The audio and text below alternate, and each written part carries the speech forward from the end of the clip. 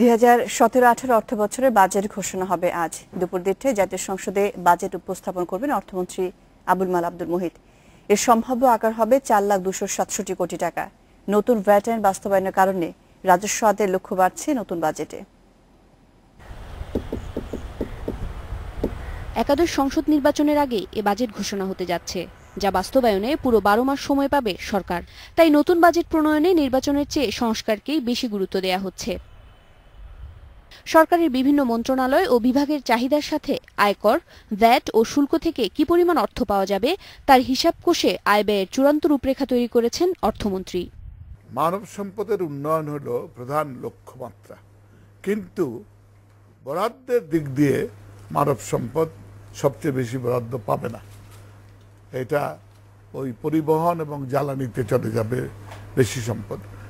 অর্থ মন্ত্রণালয় সূত্রে জানা গেছে, এবারের বাজেটের আকার হবে 4,267 কোটি টাকা। বাজেটে জিডিপি প্রবৃদ্ধির লক্ষ্য থাকছে 7.4%।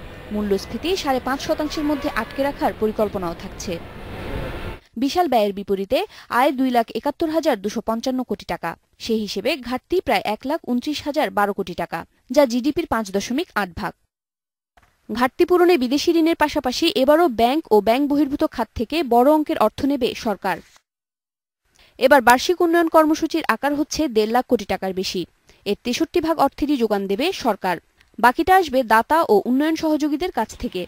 কৃষি ও রপ্তানি সহ বিভিন্ন খাতে বাজেটে ভর্তুকি বাবদ রাখা হচ্ছে 27,500 কোটি টাকা। বাজেটে মোট আয়ের 87 ভাগই দেবে জাতীয় রাজস্ব বোর্ড। এনবিআর এর মাধ্যমে রাজস্ব আদায়ের মোট লক্ষ্যমাত্রা ধরা হচ্ছে 2,48,000 কোটি টাকা। এর মধ্যে ভ্যাট থেকে আসবে 91,000 ও কর বহির্ভূত খাত থেকে পাওয়া যাবে 27,000 কোটি টাকা। আর বাকিটা পূরণ হবে এনবিআর বহির্ভূত আয় থেকে। জনগণকে স্বস্তি দিতে ব্যক্তির করমুক্ত আয়ের সীমা বাড়ানোর প্রস্তাব থাকছে বাজেটে। প্রতিষ্ঠানের ক্ষেত্রে ব্যবসায়ীরা কর্পোরেট কর কমানোর দাবি করলেও তার প্রতিফলন থাকছে না নতুন বাজেটে। নানা আলোচনা সমালোচনার পরও 1 জুলাই থেকে নতুন ভ্যাট আইন কার্যকর করতে যাচ্ছে সরকার। এতে বেশ কিছু নিত্য প্রয়োজনীয় পণ্য ও সেবাকে ভ্যাটের আওতামুক্ত রাখা, দেশি শিল্পের সুরক্ষায় আমদানি পণ্যের সম্পূরক শুল্ক বাড়ানোর প্রস্তাব থাকবে নতুন বাজেটে। উম্মুন নাহার আজমি, ইন্ডিপেন্ডেন্ট নিউজ, ঢাকা।